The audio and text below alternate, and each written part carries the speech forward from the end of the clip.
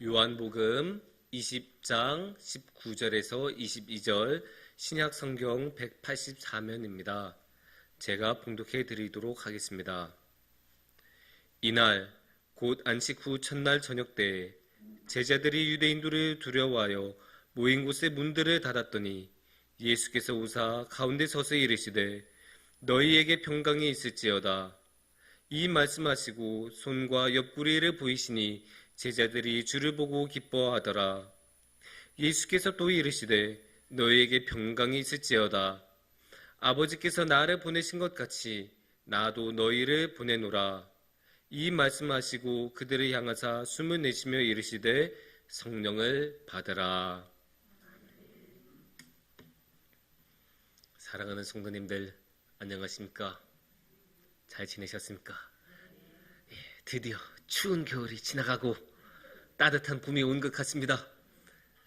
오늘도 운행을 이렇게 딱 가다 보니까 드디어 벚꽃이 피고 있습니다.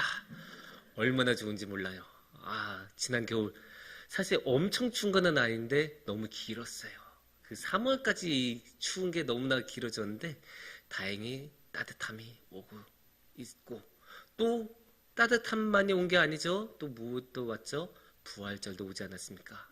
부활하신 예수님도 우리 곁으로 오셔서 얼마나 기쁜지 모르겠습니다. 그런데 우리가 이렇게 부활주의를 보냈었는데 오히려 이게 어떤 분들에게는 허한 마음이 들 수 있어요. 왜냐?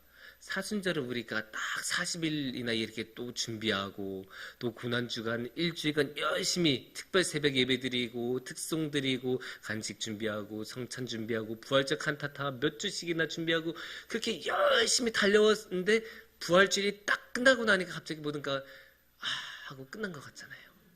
물론 우리가 부활주일이 그만큼 소중하니까 그것을 위해서 최선을 다해서 마음을 다해서 준비하는 건 너무나 당연한 일이지만, 우리도 사람인지라 그렇게 열심히 준비하고 나면 그 준비한 게 끝나고 났을 때 그 허한 마음이란 것은 어쩔 수가 없어요. 우리가 몇 주간 막 이렇게 북적북적거리면서 열심히 사람도 많이 만나고 교회에서 열심히 이렇게 활동하다 갑자기 한 게 뚝 한 것 같은 그런 느낌이 들잖아요. 물론 이게 그냥 단순히 피곤해서 그런 거일 수도 있어요. 우리가 워낙에 그렇게 고난주간에 열심히 준비하면서 힘을 많이 쓰면 체력 당연히 많이 쓰니까 피곤해서 그런 거일 수 있는데, 피곤해서 그래서 이제 뭐 잠 한두 번 자고 일어나서 회복이 되면 그러면 문제가 없어요. 그런데 이 허한 마음이 생각 외로 커서 그게 이틀 가고 3일 가고, 그리고 그 허한 마음에 그 방황하는 마음 같은 것들이 끼기 시작하면 그런 것들은 당연히 좋을 리가 없죠. 그런 거는 신앙생활에 당연히 덕이 될 리가 없습니다. 그래서 우리는 그러한 허한 마음을 얼른 극복해내고 다시 신앙생활을 시작해야 합니다. 근데 어떻게 해야 될까요? 우리 능력으로는 당연히 어렵죠. 우리 능력으로는 당연히 어려우니까 어떻게 해야 되겠습니까? 예수님의 능력으로 해야 합니다. 그것도 그냥 예수님이 아니고 부활하신 예수님의 능력으로 해야 합니다. 왜냐? 우리는 부활하신 예수님을 만났기 때문입니다. 그래서 우리가 이 시간에는 함께 부활하신 예수님에 대해서 생각을 하는 시간을 가지면 좋겠습니다. 오늘의 말씀은 요한복음의 말씀이죠. 그래서 요한복음에서 예수님이 제자들을 만나셨을 때의 모습을 다루고 있어요. 그런데 예수님께서 이렇게 제자들을 만나시기 직전에 제자들의 모습은 어떠했을까요? 19절 말씀을 우리가 함께 보면 이렇게 시작을 하고 있죠. 이날 곧 안식 후 첫날 저녁 때 제자들이 유대인을 두려워하여 모인 곳의 문들을 닫았더니, 이렇게 말씀하고 계시죠. 그러니까 사람들이 이렇게 다 모여 있어요. 제자들이 다 모여 있어요. 근데 일반적으로 이렇게 하나의 집단으로 이렇게 단체들이 모여있으면 아무리 병약한 사람들이 모여인 것이라고 해도 다른 사람들이 함부로 안 건드려요. 왜냐? 일단 사람의 수가 많으니까 함부로 못 건드리죠. 그런데 이 사람들은, 제자들은 이렇게 많이 모여있는데도 두려워하고 있어요. 그냥 두려워한 게 아니라 문까지 꼭꼭 닫아야 할 정도로. 그러니까 누가 밖에서 찾아와서 자신들을 잡아가든지 위해를 가할까봐 두려워해서 문까지 꽁꽁 잠궈야 할 정도로 이 사람들은 많이 두려워하고 있는 거예요. 왜 이렇게 두려워할까요? 어쩌면 당연한 거예요. 예수님께서 돌아가셨으니까. 이 제자들은 부활의 소식을 그러면 몰랐을까요? 들었었을 것 같기는 해요. 왜냐? 막달라 마리아와 같은 여인들이 예수님 만나고 다른 제자들에게 이야기했다는 소식도 있고, 또 베드로와 사랑하는 제자가 빈 무덤을 보고 다시 이제 다른 제자들에게 이야기를 했다는 그런 소식도 있고, 그런 것을 보면 제자들이 부활의 소식을 들었을 것 같기는 합니다. 하지만 아직도 이 부활의 소식이 제자들의 마음에 큰 효과를 낸 것 같지는 않아요. 왜냐? 직접 본 게 아니니까. 그리고 부활이라는 이야기를 들었을 때 이게 감이 안 왔을 거예요. 처음 보는 일이잖아요. 부활이란 거를 그 이전에 본 적이 있습니까? 제대로 본 적이 없으니까 이게 부활이라는 말을 들었어도, 예수님께서 부활하셨다는 말을 들었어도 이게 무슨 의미를 갖는지 감이 안 온 거예요. 하나의 예를 들어볼까요? 우리가 지금 살아가고 있죠. 어디에서 살아가고 있습니까? 지구에서 살아가고 있죠. 이 지구는 어디 있습니까? 우주에 있죠. 근데 이 우주는 크기가 얼마나 될까요? 이 우주? 잘 모르지만 과학자들이 열심히 연구해서 밝힌 바로는 현재는 약 930억 광년 정도 된다고 해요. 감이 안 오시죠? 저도 안 와요. 930억이란 숫자도 느낌이 안 오는데, 광년이라고 하니까 빛으로 1년을 갔을 때가 1광년이잖아요. 근데 빛이 얼마나 빠르냐? 1초에 30만 킬로미터를 가요. 그러면 30만 곱하기 이제 그거를 1년으로 치환하고 그게 930억 하면 이게 우리 머릿속으로는 이게 안 되죠. 이런 거예요. 우리가 930억 과학자들이 딱 내놔도 이게 무슨 의미인지를 모르잖아요. 감이 도저히 안 오는 거예요. 부활도 그랬을 거예요. 너무 어마어마한 일, 경험해 본 적이 없는 일, 그런 것들이 딱 마주치니까 느낌이 안 와요, 이게. 그러니까 제자들은 예수님께서 부활하셨다는 소식을 들었음에도 불구하고 부활을 받아들이지 못한 거예요, 아직. 그러니까 제자들에게는 예수님은 아직도 죽어 계신 분이에요. 그럴 수 있어요. 충분히 그럴 수 있어요. 그렇게 예수님께서 죽어 계신 분이라면 어땠을까요? 당연히 힘이 없을 수밖에 없어요. 제자들의 삶이 그동안에 지난 3년간 예수님하고 지냈을 때 어떠했습니까? 예수님께서 힘차게 복음의 말씀을 전하는 것, 듣는 것만으로도 힘이 됐을 거고, 다른 사람들하고 부딪혔을 때, 바리새인들이든 사두개인들이든 누구하고 부딪혔을 때 예수님께서 모든 것을 해결해 주시지 않으셨습니까? 그런 거를 보면서 역시 우리가 믿고 따르는 예수님은 다르다. 우리가 믿고 따르는 예수님은 권위가 있고 힘이 있고 진리가 있으시다. 이러니까 얼마나 힘이 됐었겠어요. 그러니까 신나게 막 살면서 그냥 시골에서 물고기나 잡던 사람이 사람들을 이끌고 다니고 몇천 명 앞에서 설교하는 것을 보고 그 예루살렘에 들어가서 모든 사람들의 환호를 받으면서 들어가는 그런 어마어마한 일들을 경험하지 않습니까? 그런 어마어마한 나날을 보내다가 갑자기 그런 게 뚝 끊어져요. 그리고 다시 옛날로 돌아가야 돼요. 옛날에 시골에서 물고기 잡던 그 시절로 돌아가야 되는 거예요. 그러니까 이게 얼마나 마음이 허했겠어요. 마음이 허할 뿐만이 아니라 두려울 수밖에 없는 거죠. 예수님을 증오하던 사람들, 예수님을 십자가에 매달았던 사람들이 제자들도 잡으려고 하고 있었으니까요. 그러니까 두려울 수밖에 없어요. 자신들을 지켜주고 자신들과 함께 해주신 예수님이 더 이상 안 계시니까 얼마나 무서웠겠어요. 이거는 두려울 수밖에 없습니다.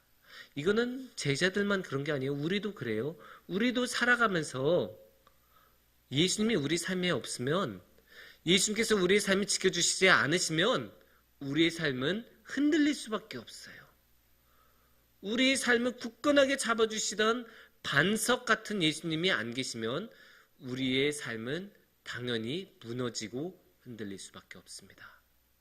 하지만 다행인 것은 예수님께서는 항상 우리를 지켜주시고 도와주신 분입니다. 그래서 이 두려워하는 이들에게, 이 두려워하는 제자들에게도 어떻게 해요? 나타나세요. 다시 한번 19절을 볼 거예요. 19절에 이렇게 말씀하시죠. 모인 곳에 문을 닫았더니 예수께서 오사 가운데 서서 이르시되 너에게 평강이 있을지어다. 그러니까 문을 꼭꼭 닫고 있었는데도 예수님이 갑자기 딱 나타나셔서 제자들에게 진짜 봐라, 내가 이게 부활한 몸이고 내가 부활한 예수다. 나 부활했다. 나 죽어있는 거 아니다. 나 다시 부활해서 너희 앞에 나타난 거다. 이렇게 말씀하고 계신 거예요. 근데 여기서 우리가 잠시 부활에 대한 오해를 하나를 해결해야 돼요. 우리가 부활이라고 말을 하면 많은 사람들이 적지 않은 경우에 그냥 죽었던 사람이 다시 살아난 것 정도로 생각하는 경우가 많아요. 그렇게 쉽게 통용되기도 하고 신학생들이 그렇게 말한 경우도 저는 굉장히 많이 봤어요. 하지만 성경에서 말하는 부활은 약간 달라요. 왜냐?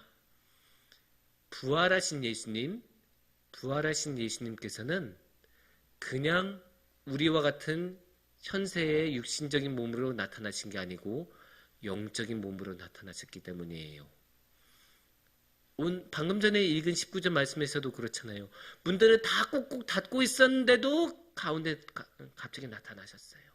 보통의 일반적인 몸으로는 그게 불가능하죠. 물질적인 이 문에 딱 부딪히니까, 벽에 부딪히니까 그게 불가능한데 예수님께서는 영적인 몸, 신령한 몸으로 부활하셨기 때문에 그게 가능하십니다. 그러니까 가운데로 다시 나타나실 수 있는 거예요.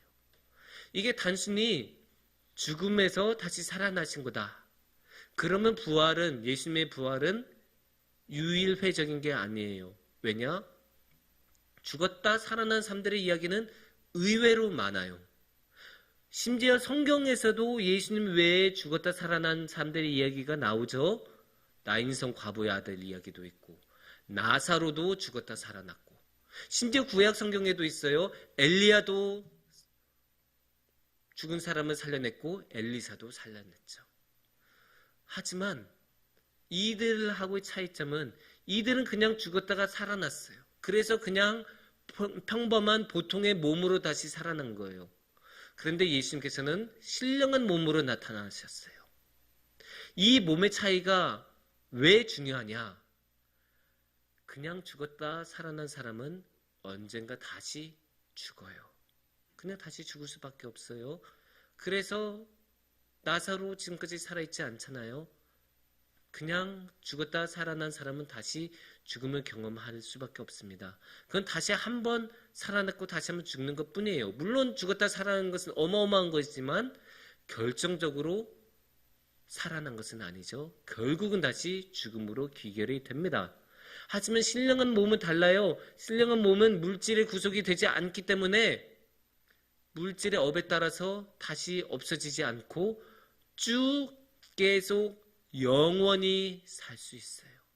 그렇기 때문에 여기서 결정적인 차이가 납니다. 신령한 몸으로 다시 살아나신 예수님은 죽음을 완전히 극복하셨습니다. 이게 결정적인 차이예요.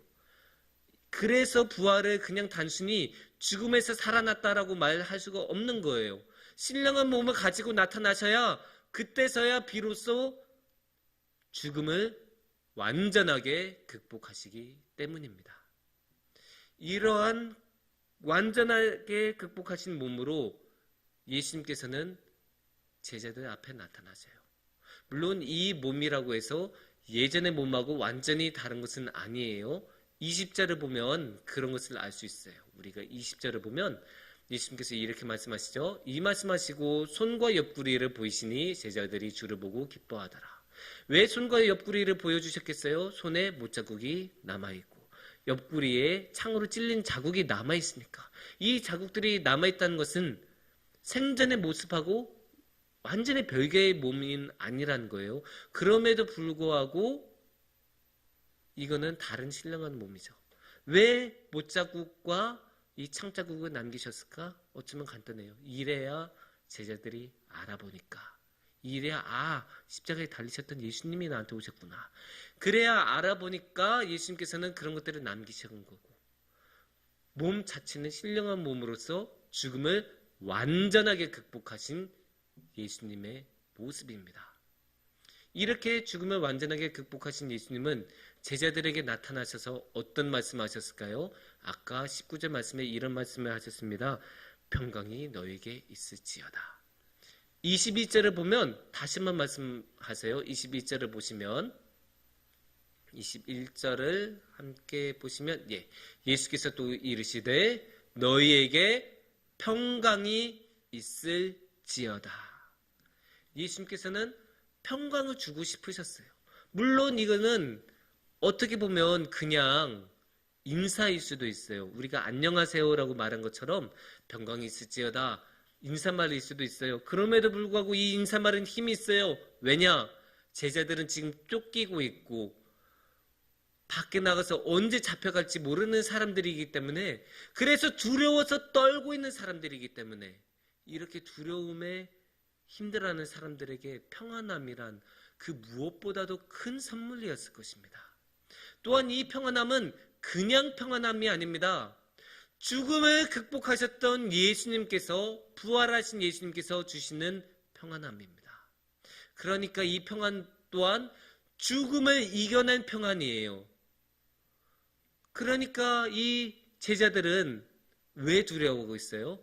잡혀가서 죽을 수 있으니까 두려워하고 있는 거 아니에요? 하지만 예수님께서 주시는 이 평안함은 이 두려움의 결과, 죽을 수 있다는 이 결과를 이겨낸 평안함이기 때문에 더 이상 이 두려움이 문제가 되지 않아요.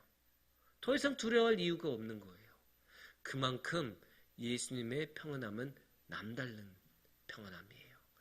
우리가 흔히 말하는 이 세상은 알 수 없는 평안함, 죽음을 이겨낸 평안함이에요. 하지만 예수님께서는 이 평안함만 주시는 게 아닙니다. 하나님께서는 더 주신 게 있습니다. 21절을 우리가 계속 보면 이렇게 말씀하십니다. 아버지께서 나를 보내신 것 같이 나도 너희를 보내노라. 그러니까 예수님께서는 제자들을 보내십니다. 선교로 보내고 복음의 말씀을 전하라고 보내는 거예요. 근데 이게 뭘 준 겁니까? 라고 생각하실 수 있어요. 주는 건 없이 그냥 일만 시키는 것 아니에요. 그냥 제자들을 보내는 것 같은데 그러면 뭘 주신 거예요? 그래도 주신 게 있죠. 뭐냐? 인생의 목표를 준 거예요.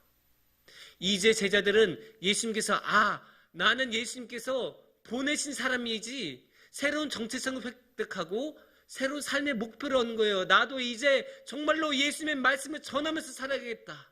내 인생은 정말로 예수님을 위해서 살아야겠다. 이러한 마음을 갖는 거예요. 그 이전에는 그냥 하루하루 물고기 잡고 밭 깔고 내일은 또 뭐지? 그냥 또 물고기나 잡아야겠지. 이렇게 다람쥐 쳇바퀴처럼 살아가던 삶에서 예수님을 위하여, 예수님의 복음의 말씀을 전하기 위하여 살아가는 사람으로 변한 거예요.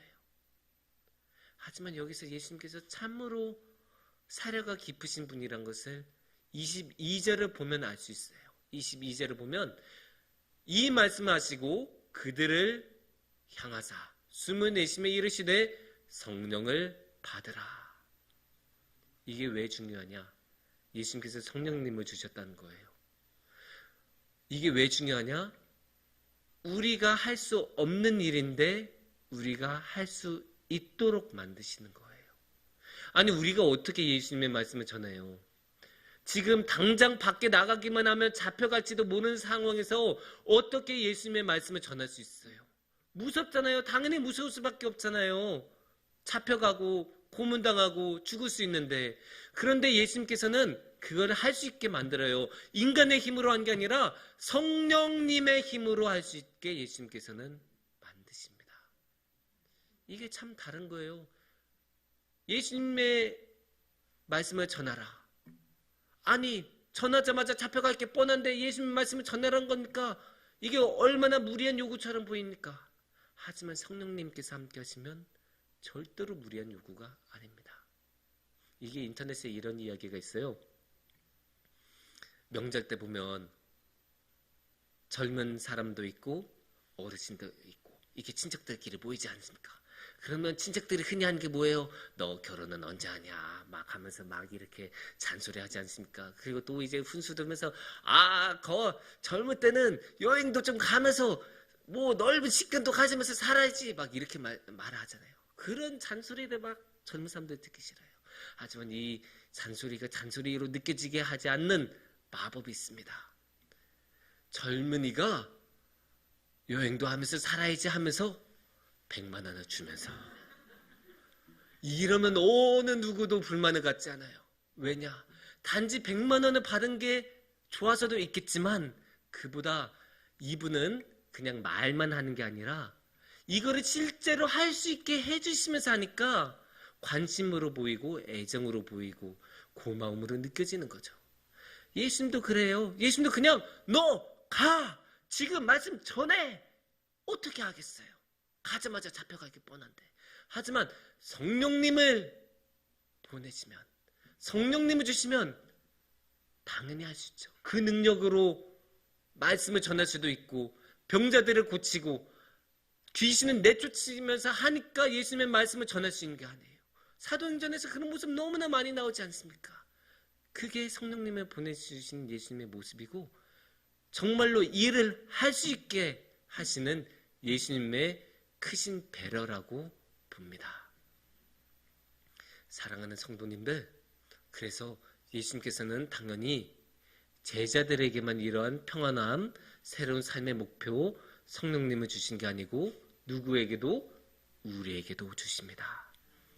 부활절이 끝나고 힘이 빠지고 지쳐서 마음이 허한 우리에게도 다시 한번 평안함을 주시고 다시 한번 일어날 수 있는 새로운 목표를 주시고 무엇보다 성령님을 주십니다. 그 성령님과 함께 우리가 힘차게 나아갔으면 좋겠습니다. 그런 성령님을 누가 주신다고요? 부활하신 예수님께서 주십니다. 그런 부활하신 예수님을 만나기 위하여 우리가 매일 더욱더 열심히 기도하고 말씀도 묵상하고 예배도 드리면서 우리 주님께 나아가기를 축원합니다. 함께 기도하겠습니다.